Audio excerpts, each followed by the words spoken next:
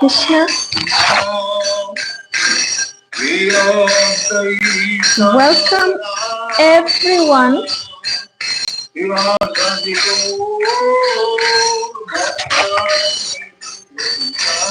Welcome everyone. We are live from Sri Vrindavan Dham.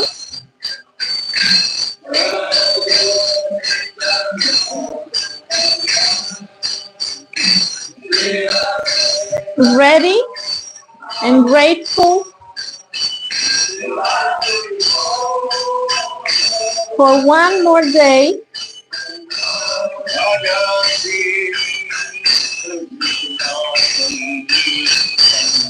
streaming live from Sri Vrindavan Dham.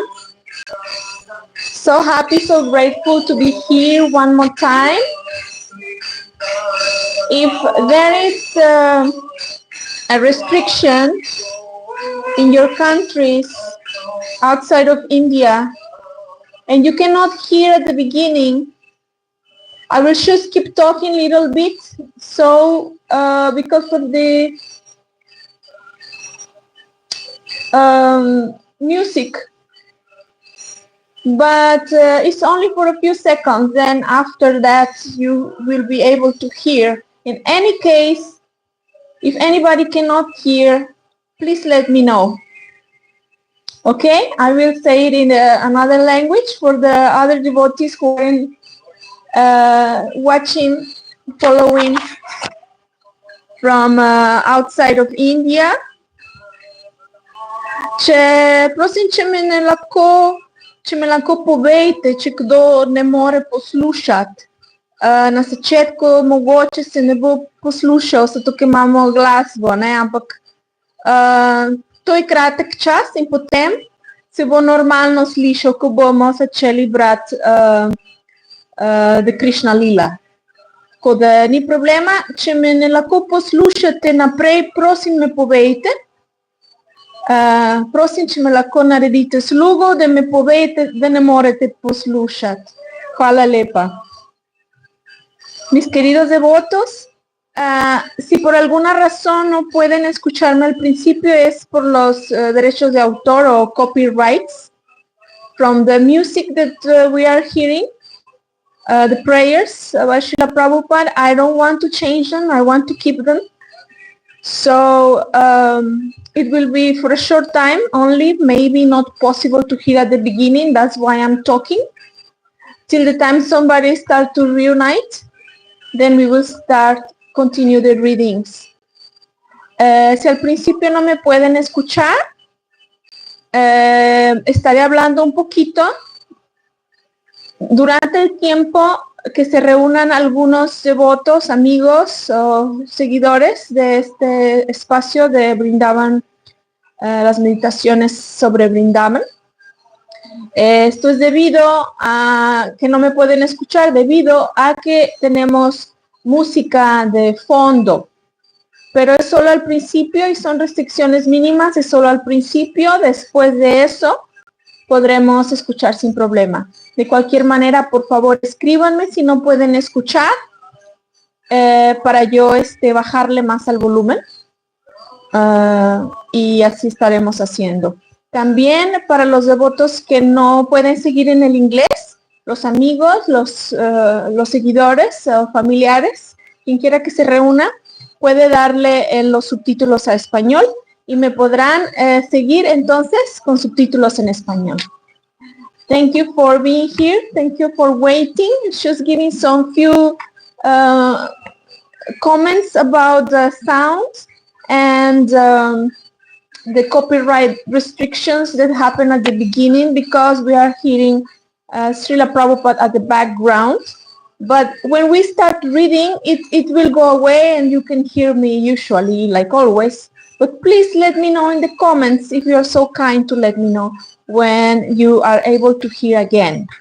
And for those who are following and want to have subtitles in other language and the language of your preference, whatever language in India, we have so many languages. We have Hindi, Marathi, Bengali, different kinds of language. You can go in the subtitles, in the settings, and choose the language of your preference. We have Spanish, Espanol, we have Slovenian, Slavic, Russian, Hindi, and so on, so on. Italian, German, Italy is also there, Italian language. All different languages are there available. So you can follow in the case that you want to have subtitles in other language besides the English. So thank you so much for joining. We are live also today. We started yesterday. It's just doing some small tests to starting to stream live from YouTube. It's the second time I do, so I have no experience at all. My apologies for all the mistakes and everything, but you know, we serve with what we have. And the goal here is to serve Krishna. And all of you, of course, first of all. My gratitude to you all. I would like to ask if somebody is so kind, because I still don't know how to do that. If somebody can please share the link, if you are able to see me on the YouTube, if you can just share on my Facebook. So embarrassed to ask for such a favor, but at the moment I really don't know how to do that. We will figure it out later. And yeah, if anybody is there and can do that, thank you so much. Otherwise, now I think we can start. Some of you have already joined, and we will continue today, starting with our prayers to our spiritual masters, asking for the blessing to our spiritual guidance, our spiritual masters, so we can offer the respects to the holy land of Vrindavan, to our spiritual masters, to all of you, to Srila Prabhupada, and to the Shastra.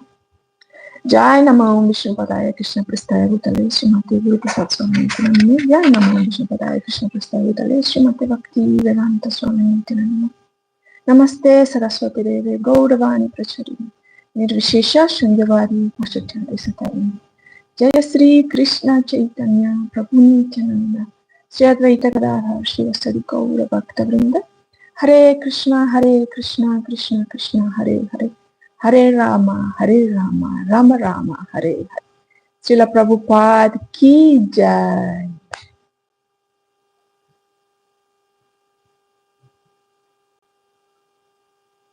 We continue today from the Krishna book, Krishna, the Supreme Personality of Godhead, by His Divine Grace, A.C. Bhaktivedanta Swami Prabhupada, founder Acharya of the International Society for Krishna Consciousness.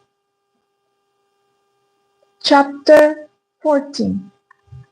Prayers offered by Lord Brahma to Lord Krishna.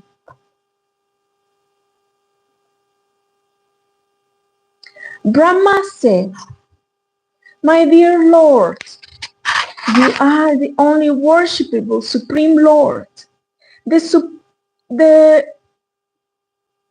personality of Godhead. Therefore, I am offering my humble obeisances and prayers just to please you. Your bodily features are the color of clouds filled with water.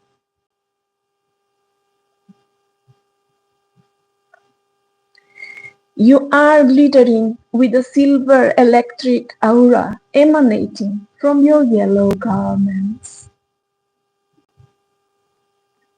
Let me offer my respectful repeated obeisances unto the son of Maharaj Nanda, who is standing before me with conch shell earrings and a peacock feather on his head. His face is beautiful. He is wearing a helmet and is garlanded by forest flowers. And he stands with a morsel of food in his hands. He is decorated with a cane, a buffalo horn, bugle, and a flute. He stands before me with small lotus feet. My dear Lord, people may say that I am the master of all Vedic knowledge. And I am supposed to be the creator of this universe. But it has been proved that now I cannot understand you, who are present before me. But it has been proved now that I cannot understand you, who are present before me just like a child. You are playing with your boyfriends and calves, which may imply that you do not even have sufficient education. You are appearing just like a village boy, carrying your food in your hand and searching for your cows. And yet there is so much difference between your body and mine that I cannot estimate the potency of your body. As I have already stated in the Brahmā your body is not material. In the Brahmā it is stated that the body of the Lord is all spiritual. There is no difference between the Lord's body and his self. Each limb of his body can perform the actions of all the others. The Lord can see with his hands. He can hear with his eyes. He can accept offering with his legs. And he can create with his mouth. Brahma continued, your appearance as a coward child is for the benefit of the devotees. And although I have committed an offense at your lotus feet by stealing away your boys and cows, I can understand that you have bestowed your mercy upon me.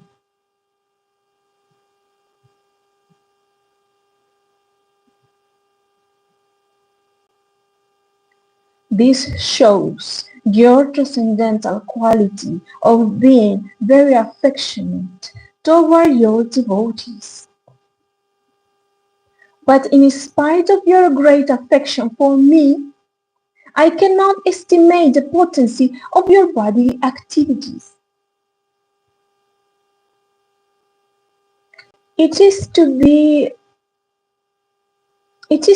understood that when I, Lord Brahma, the Supreme Personality of this universe, cannot estimate the childlike body of the Supreme Personality of Godhead, then what to speak of others? And if I cannot estimate the spiritual potency of your childlike body, then what can I understand about your transcendental pastimes? Therefore, as it is said in the Bhagavad Gita, anyone who can understand a little of the transcendental pastimes, appearance, and disappearance of the Lord becomes immediately eligible to enter into the kingdom of God. After quitting the material body, this statement is confirmed in the Vedas, where it is stated simply by understanding the Supreme Personality of Godhead, one can overcome the chain of repeated birth and death. I therefore recommend that people should not try to understand you by their speculative knowledge.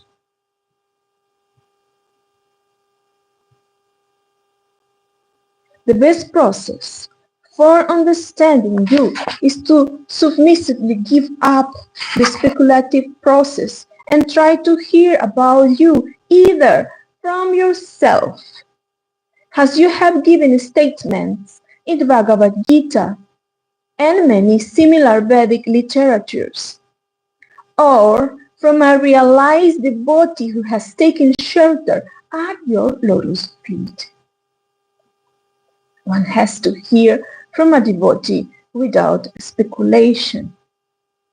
One does not even need to change his worldly position.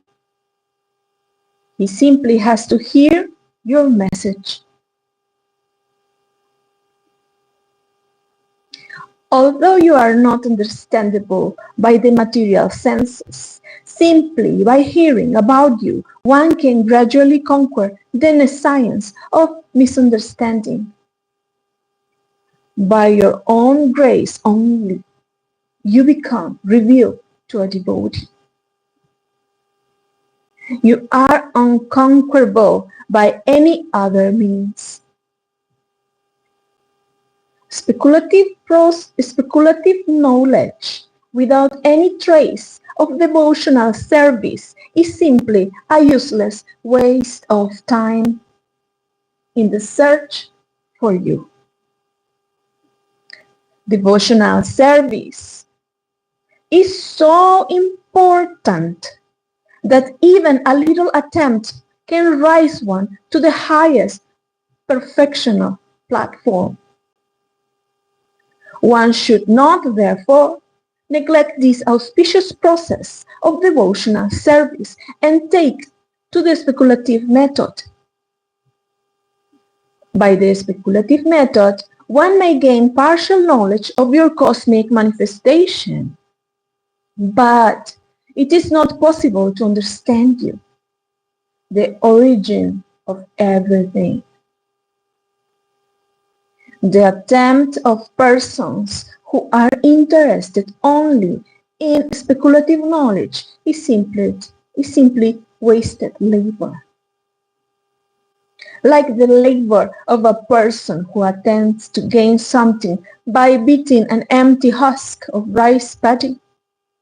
A little quantity of paddy can be husked by the grinding wheel, and one can gain some grains of rice.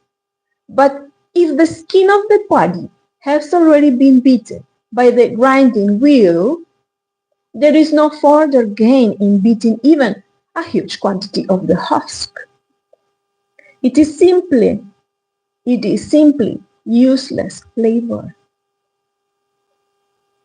My dear Lord, there are many instances in the history of human society where a person, after failing to achieve the transcendental platform, engaged himself in devotional service with his body, mind, and words, and those attain the highest perfectional state of entering into your abode. The process of understanding you by speculation or mystic meditation are all useless without devotional service. One should therefore engage himself in your devotional service. Even in his worldly activities,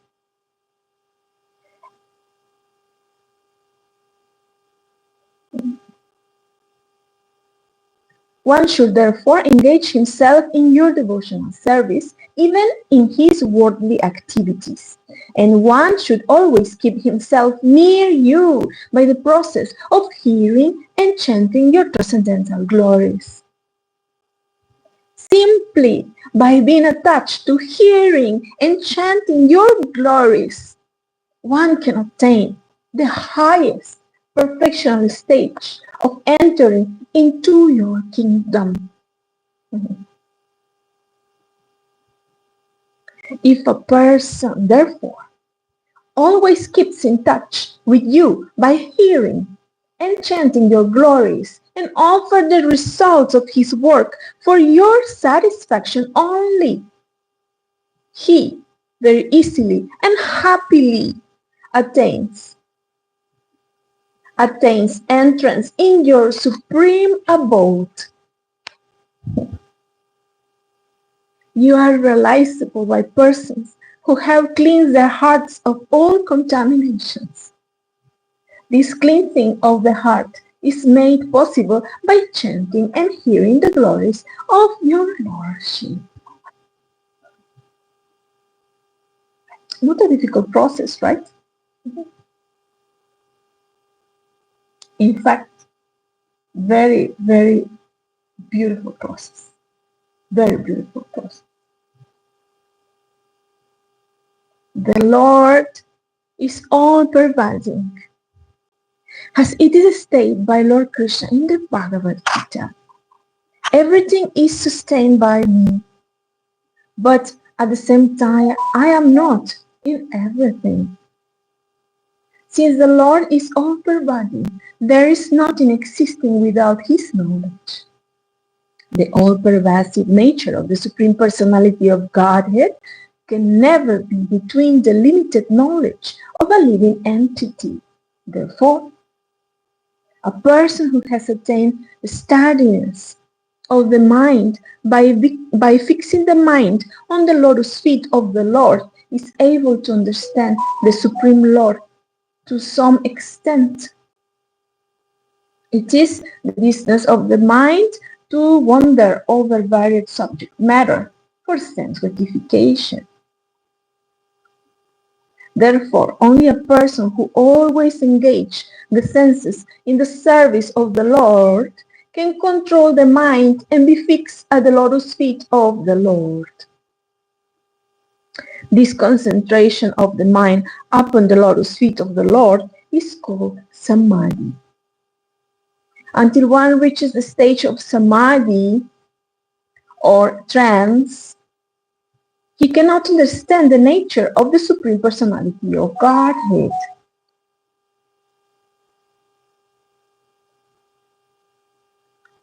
There may be some philosophers or scientists who can study the cosmic nature from atom to atom. They may be so advanced that they can count the atomic composition of the cosmic atmosphere or all the planets and stars in the sky, or even the shining molecular particles of the sun or the stars and other luminaries in the sky.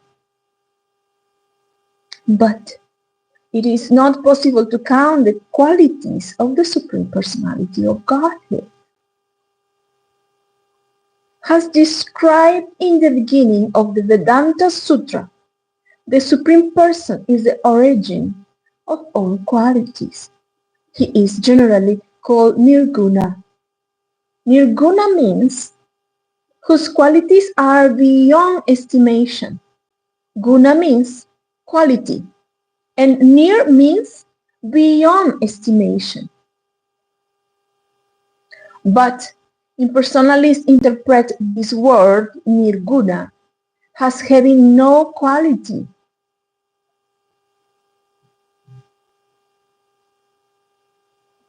Because they are unable to estimate the qualities of the Lord in transcendental realization, they conclude that the Supreme Lord has no qualities. But that is actually not the position. The real position is that He is the original source of all qualities. All qualities are emanating constantly from Him. How, therefore, can a limited person count the qualities of the Lord? One may estimate the qualities of the Lord at one moment, but the next moment the qualities have increased. So it is not possible to make an estimation of the transcendental qualities of the Lord. He is therefore called Nirguna.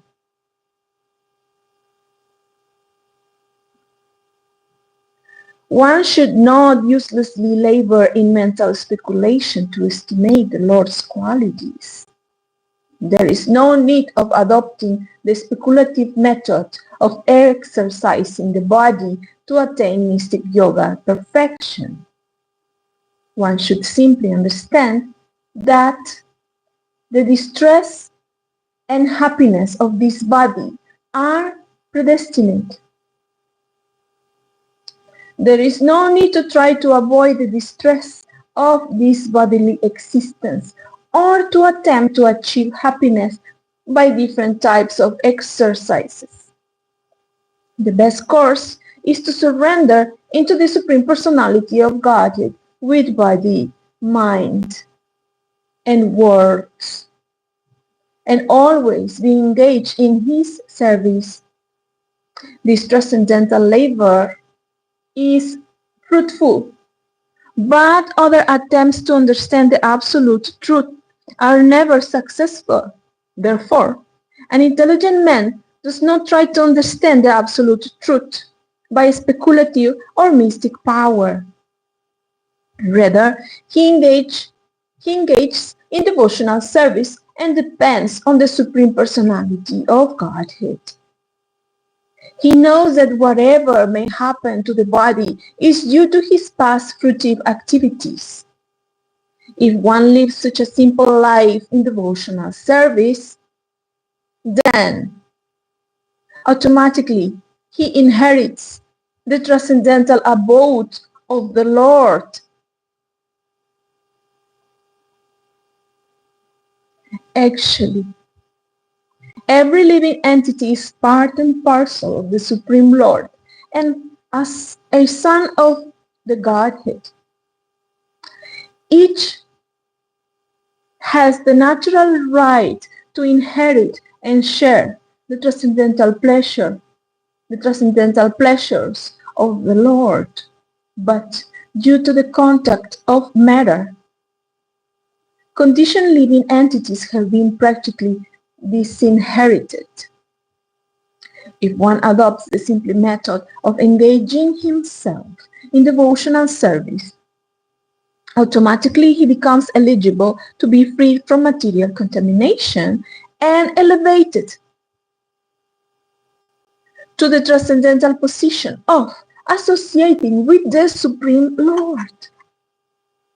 Lord Brahma presented himself to Lord Krishna as the most presumptuous living creature because he wanted to examine the wonder of his personal power. He stole the boys and cows of the Lord in order to see how the Lord would recover them. Now Lord Brahma admitted that his attempt was most presumptuous, for he was attempting to test his energy before the person of original energy. For he was attempting to test his energy before the person of original energy. Coming to his senses, Lord Brahma saw that although he was a very powerful living creature, in the estimation of all other living creatures between this material world, his power was nothing in comparison with the power and energy of the Supreme Personality of Godhead.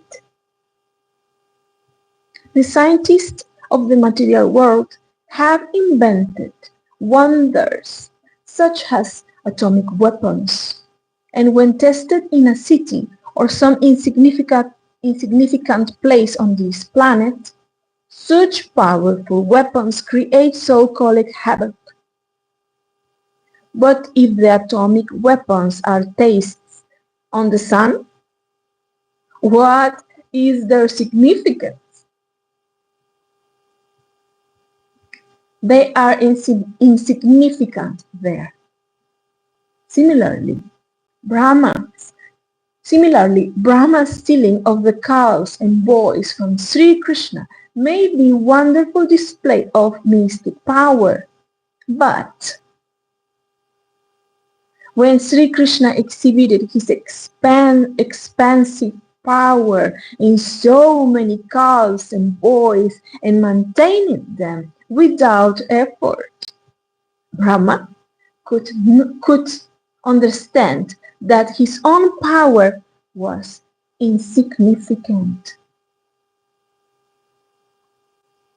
Brahma addressed Lord Krishna as Achyuta, because the Lord is never forgetful of a little service rendered by his devotee. He is so kind and affectionate toward his devotee that a little service by them is accepted by him as a great deal. Brahma has certainly rendered much service to the Lord. As the Supreme Personality in charge of this particular universe, he is without a doubt a faithful servant of Krishna. Therefore, he could appease Krishna. He admitted that he was puffed up by his powerful position as Lord Brahma, because he is the qualitative incarnation of the mood of passion between this material world. This was natural for him, and therefore he committed the mistake. But Lord Brahma hoped that since he was after all Lord Krishna's subordinate, the Lord would kindly take compassion upon him and excuse him for his gross mistake. Hare Krishna, dobrodošli vsem, hvala, ker ste tukaj.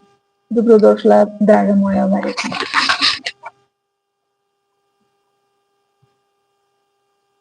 Lord Brahma realized his actual position.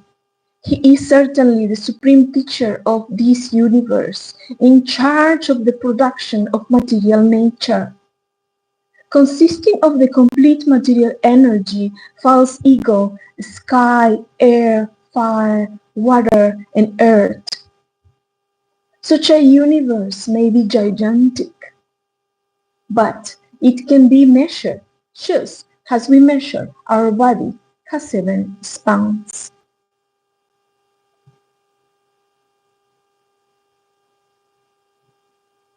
Generally, everyone's personal bodily measurement is calculated to be 7 spans of his hand.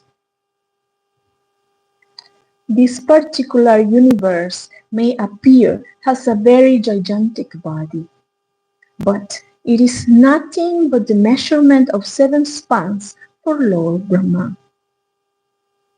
Aside from this universe, there are unlimited other universes which are outside the jurisdiction of this particular Lord Brahma. Just as innumerable atomic infinitesimal fragments passed through the holes of a screened window, so millions and trillions of universes in their seething form are coming out from the bodily pores of Mahavishnu. And that Mahavishnu is but a part of the planetary expansion of Krishna. Under these circumstances, although Lord Brahma is the supreme creator within this universe, what is this importance in the presence of Lord Krishna? Lord Brahma, therefore, compared himself to a little child between the womb of his mother. If the child between the womb plays with his hands and legs, and while playing touches the body of the mother, is the mother offended with the child? Of course she isn't. Similarly, Lord Brahma may be a very great personality, and yet not only Brahma, but everything that is existing between the womb of the Supreme Personality of Godhead. The Lord's energy is all-pervading. There is no place in the creation where it is not acting. Since everything is existing between the energy of the Lord, the Brahma of this universe, and the Brahmas of the many other millions and trillions of the universes are existing between the energy of the Lord. Therefore, the Lord is considered to be the mother, and everything existing between the womb of the mother is considered to be the child. And the good mother is never offended with the child, even if he touches the body of the mother by kicking his legs. Lord Brahma then said that his birth was from the lotus flower which blossomed from the navel of Narayan after the dissolution of the three worlds or three planetary systems, known as Burloka, Bhubarloka, and Swarloka. The universe is divided into three divisions, namely Swargaloka, Martyaloka, and Patala.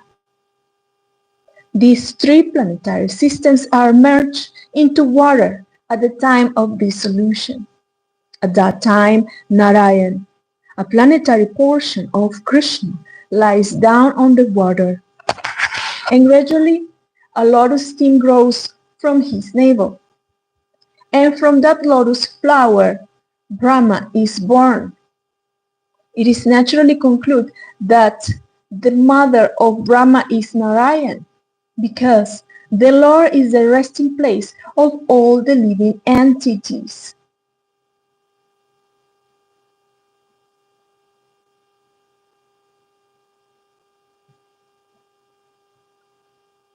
Because the Lord is the resting place of all the living entities after the dissolution of the universe, he is called Narayan. The word Nara means the aggregate total of all living entities, and Ayana means the resting place. The form of Garbhodhakashali Vishnu is called Narayan because he rests himself on that water. In addition, he is the resting place of all living creatures. Besides that, Narayan is also present in everyone's heart. As confirmed in the Bhagavad Gita, in that sense also the Lord is Narayan, as Ayana means the source of knowledge, as well as the resting place. It is also confirmed in the Bhagavad Gita that the remembrance of the living entity is due to the presence of the super soul within the heart.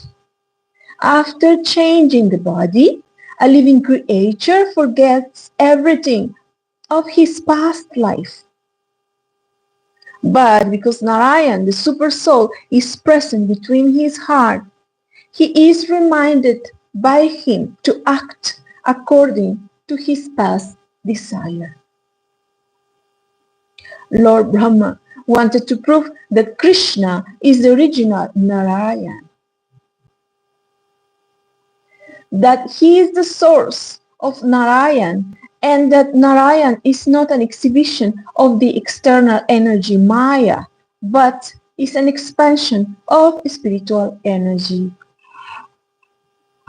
Dragi moje Baladev, ale ako prosim tomu da share YouTube link na moj WordPress. Hvala.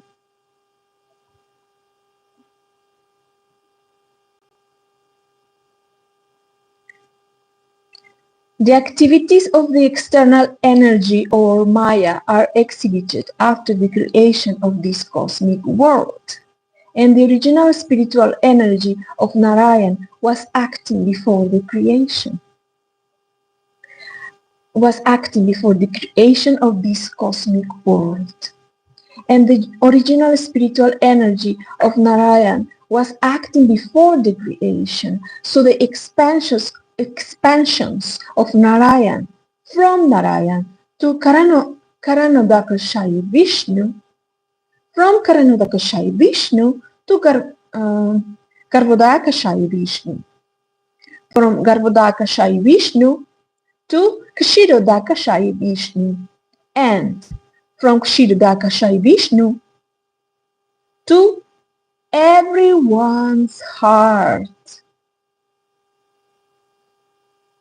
are actually Krishna expansions, manifestations of his spiritual energy. They are not conducted by the material energy, therefore, they are not temporary. Anything conducted by the material energy is temporary, but everything executed by the spiritual energy is eternal. One more time, we repeat this. They are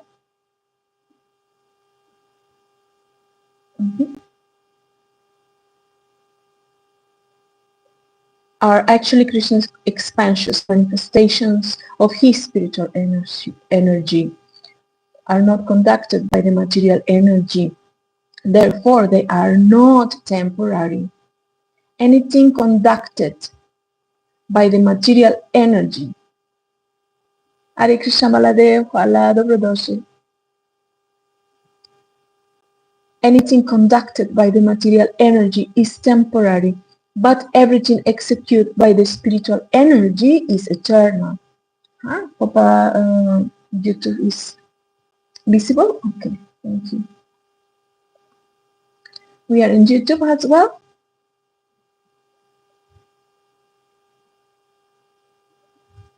Lord Brahma reconfirmed this statement, establishing Krishna as the original Narayan.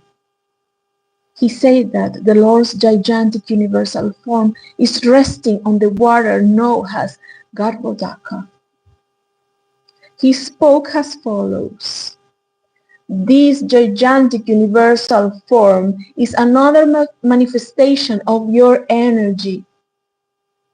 On account of his resting on the water, this universal form is also Narayan.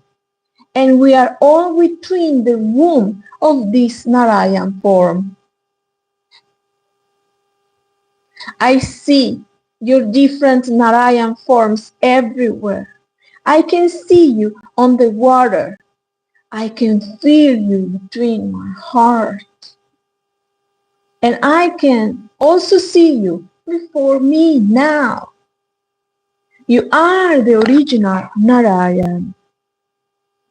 My dear Lord, in this incarnation you have proved that you are the supreme controller of Maya. You remain between the cosmic manifestation, and yet the whole creation is between you.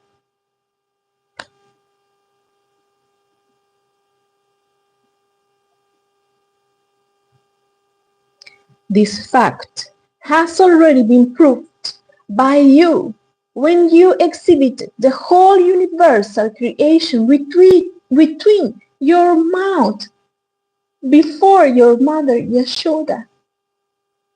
By your inconceivable potency of Yoga Maya, you can effect such things without external help. My dear Lord Krishna, the whole cosmic manifestation that we are visualizing at the present is all within your body. Yet, I am seeing you outside, and you are also seeing me outside. How can such things happen without being influenced by your inconceivable energy. Lord Brahma stressed herein that without accepting the inconceivable energy of the Supreme Personality of Godhead, one cannot explain things as they are. He continued, "My dear Lord, leaving aside all other things and just considering today's happenings, what I have seen, are they not all due to your inconceivable energies? First of all, I saw you alone. Thereafter, you expanded yourself as your coward boyfriends, the cows, and the whole existence of Vrindavan. Then I saw you, and all the boys and cows has four-handed Vishnus, and they were being worshipped by all elements and all demigods, including myself. Again, they were all wound up, and you remained alone, as you were before. Does this not mean that you are the Supreme Lord Narayan, the origin of everything, that everything emanates from you and again enters into you, leaving you the same as before? Persons who are unaware of your inconceivable energy cannot understand that you alone expand yourself as the creator Brahma, the maintainer Vishnu, and the annihilator Shiva. Persons who are not in awareness of things as they are contemplate that I, Brahma, am the creator. Vishnu is the maintainer and Lord Shiva is the annihilator. Actually, you alone are everything. Creator, maintainer, and annihilator. Similarly, you expand yourself in different incarnations. Among the demigods, you incarnate as Vamanadev. Among the great sages, you incarnate as Parashuram. Among the human beings, you appear as yourself, Lord Krishna, or Lord Ram. Among the animals, you appear as the boar incarnation, and among the aquatics, you appear as the fish incarnation. And yet, you have no appearance or disappearance. You are always eternal. You are always eternal. Your appearance and disappearance are made possible by your inconceivable energy, just to give protection to the faithful devotees and to annihilate the faithless demons. Oh, my Lord, oh, the pervading Supreme Personality of Godhead, oh, Super Soul, controller of all mystic powers, no one can appreciate your transcendental pastimes as they are exhibited between these three worlds. No one can estimate how you have expanded your Yogamaya and your incarnations, and how you act by your transcendental energy. My dear Lord, this whole cosmic manifestation is just like a flashing dream. This cosmic manifestation is just like a flashing dream. And it is temporary existence simply disturbs the mind. As a result, we are full of anxiety in this existence. To live between this material world means simply to suffer and to be full of all miseries. And yet, this temporary existence of the material world appears to be pleasing and dear on account of its having evolved from your body, which is eternal and full of bliss and knowledge. My conclusion is, therefore, that you are the Supreme Soul, the Absolute Truth, and the Supreme Original Person. And although by your inconceivable transcendental potencies, you have expanded yourself in so many Vishnu forms, and also in the living entities and other energies,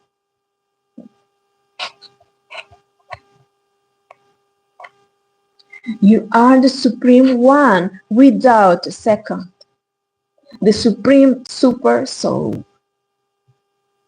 The innumerable living entities are simply like sparks of the original fire. Your Lordship, the conception of the Super Soul as impersonal is wrong because I see that you are the original person. Persons with a poor fount of knowledge may think that because you are the son of Maharaj Nanda, you are not the original person, that you are born just like a human being. They are mistaken. You are the actual original person. That is my conclusion. In spite of your being the son of Nanda, you are the original person, and there is no doubt about it. You are the absolute truth, and you are not of this material darkness. You are the source of the original Brahma Jyoti, as well as the material luminaries, the sun, moon, and stars. Your transcendental effulgence is identical with the Brahma Jyoti, as it is described in the Brahma Samhita. The Brahma Jyoti is nothing but your personally body effulgence. There are many Vishnu incarnations and incarnations of your different qualities.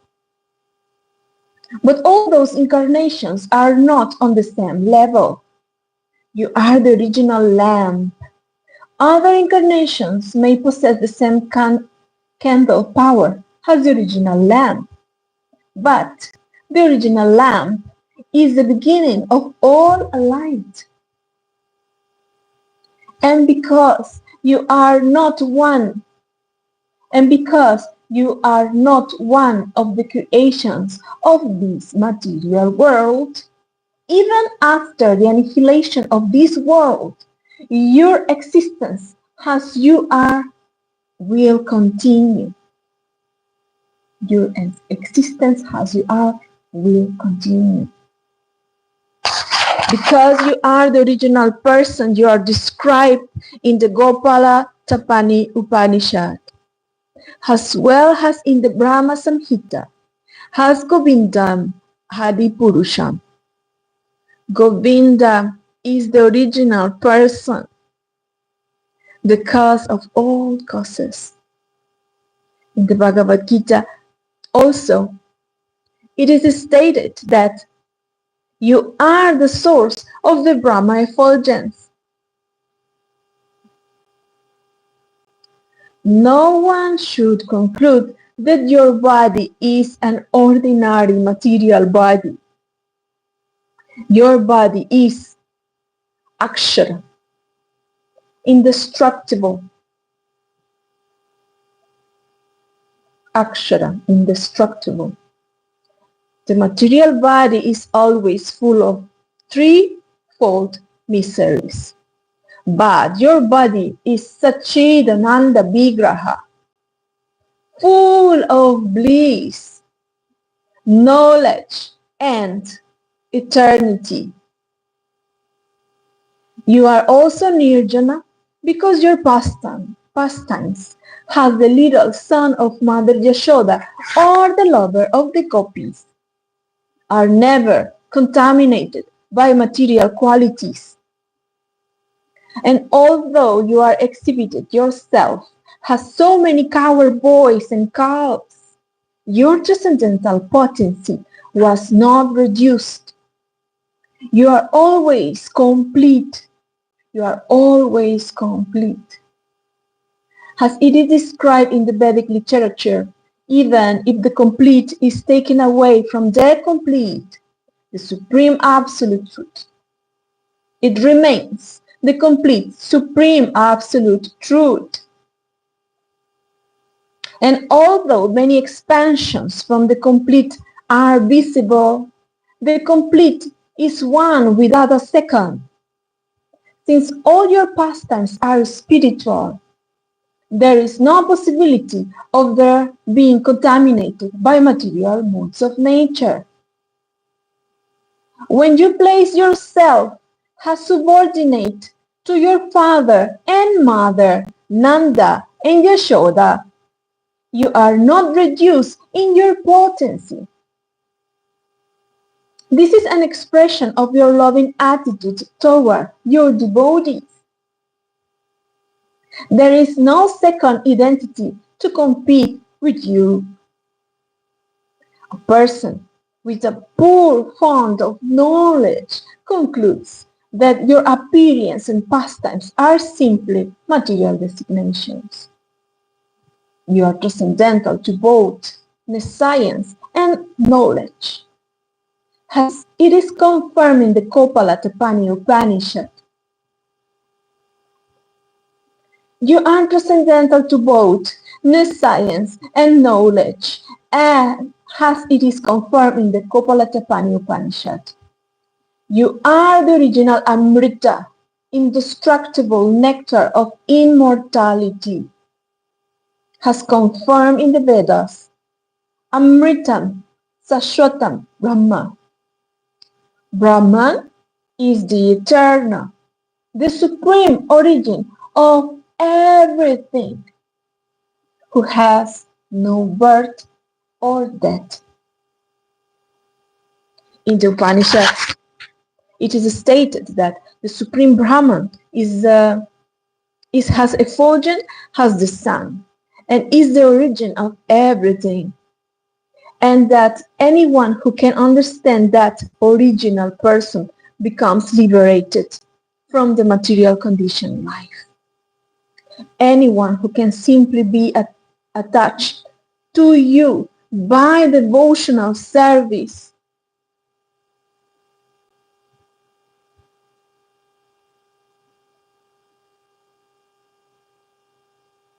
anyone who can simply be attached to you by devotional service can know your actual position, birth, appearance, disappearance, and activities. As confirmed in the Bhagavad Gita, simply by understanding your constitutional position, appearance, and disappearance, one can be immediately elevated to the spiritual kingdom after quitting this present body. Therefore, to cross over the ocean of material science, an intelligent person takes shelter of your lotus feet and is easily transferred to the spiritual world. There are many so-called meditators who do not know that you are the Supreme Soul. As stated in the Bhagavad Gita, you are the Supreme Soul present in everyone's heart. Therefore, there is no necessity of one's meditating on something beyond you. One who is always absorbed in meditation on your original form of Krishna easily crosses over the ocean of material science. But Persons who do not know that you are the Supreme Soul remain between this material world, in spite of their so-called meditation.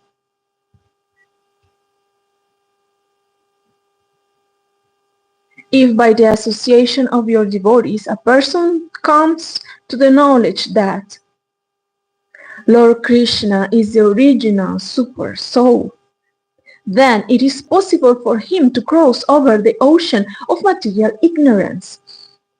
For instance, when a person mistakes a rope for a snake, he is filled with fear. But as soon as he understands that the rope is not a snake, he is liberated from fear. If one understands you, therefore, through your personal teachings, as stated in the Bhagavad Gita, or through the teachings of your pure devotees, as stated in the Srimad Bhagavatam, and all other Vedic literatures. If one realizes that you are the ultimate goal of understanding, he need no longer fear this material existence.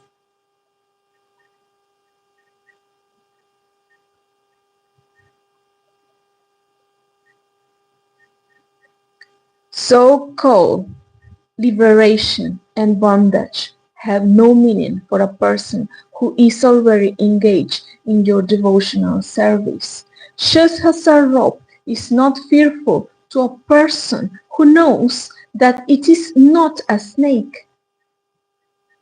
A devotee knows that this material world belongs to you, and he therefore engages everything in your transcendental service. Thus, there is no bondage for him. For a person who is already situated in the sun planet, there is no question of the appearance or disappearance of the sun in the name of day or night. It is also said that you, Krishna, are just like the sun, and that Maya is like darkness. When the sun is present, there is no question of darkness. So far for those who always remain in your presence by engaging in your service, there is no question of bondage or liberation.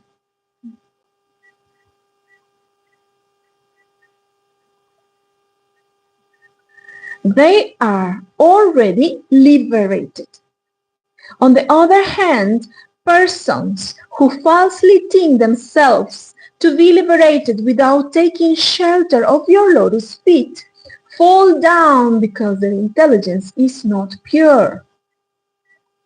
If one therefore thinks that the super soul is something different from your personality and thus searches out the super soul or the supreme Brahma somewhere else, in the forest or in the caves or in the Himalayas, his condition is very lamentable.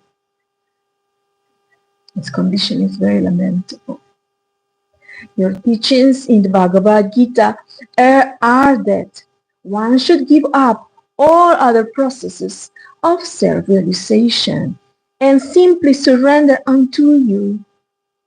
For that is complete.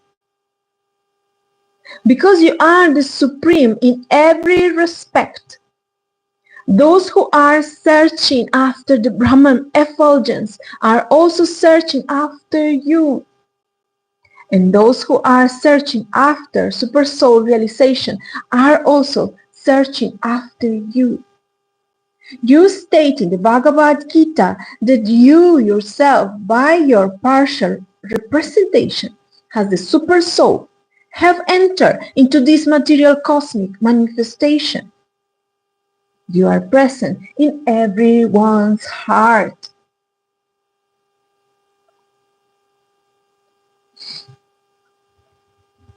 You are present in everyone's heart, and there is no need to search out the super soul anywhere else. If someone does so, he is simply in ignorance. One who is transcendental to such a position understands that you are unlimited. You are both between and without. Therefore, your presence is everywhere. Instead of searching for the super soul anywhere else, a devotee only concentrates his mind on you within. Actually, one who is liberated from the material concept of life can search for you. Others cannot. The example of thinking the rope to be a snake is applicable only to those who are still in ignorance of you. Actually, when one mistakes a rope for a snake, the existence of the snake is only within the mind. The existence of Maya, similarly, is only within the mind. Maya is nothing but ignorance of your personality. When one forgets your personality, that is the conditioned state, that is the conditioned state of Maya. Therefore, one who is fixed upon you, both internally and externally, is not illusion. One who has attained a little result of devotional service can understand your glories. Even one striving for Brahman realization or Paramatma realization cannot understand these features of your personality unless you bestow on him the result of at least a slight bit of devotional service. One may be the spiritual master of many impersonalists, or he may go to the forest or to the mountain cave and meditate as a hermit for many, many years. But he cannot understand your glories without being favored by a slight degree of devotional service. Brahman realization or Paramatma realization are also not possible even